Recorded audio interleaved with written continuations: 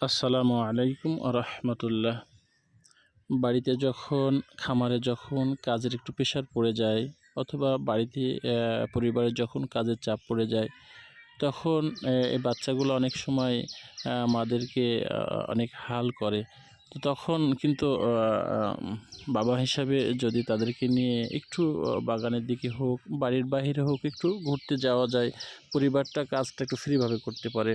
তো সেই জায়গা থেকে অথবা আরেকটা জিনিস, মেহমান যদি বাড়িতে আসে অনেক সময় বাচ্চারা থাকলে একটু কেমন মানে কাজের ডিস্টার্ব হয়ে যায় অনেক সময়, অনেক ক্ষেত্রে।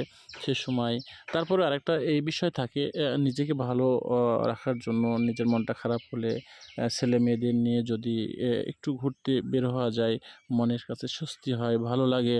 তারপরে কাজের ঝামেলা যদি বাড়িতে থাকে, পরিবারকে কাজের ফ্রিভাবে করতে দেওয়ার জন্য বাচ্চাদের নিয়ে যদি বাবা হিসেবে বাহিরে একটু বাগানের দিকে বা যে কোনো জায়গায় একটু ঘোরা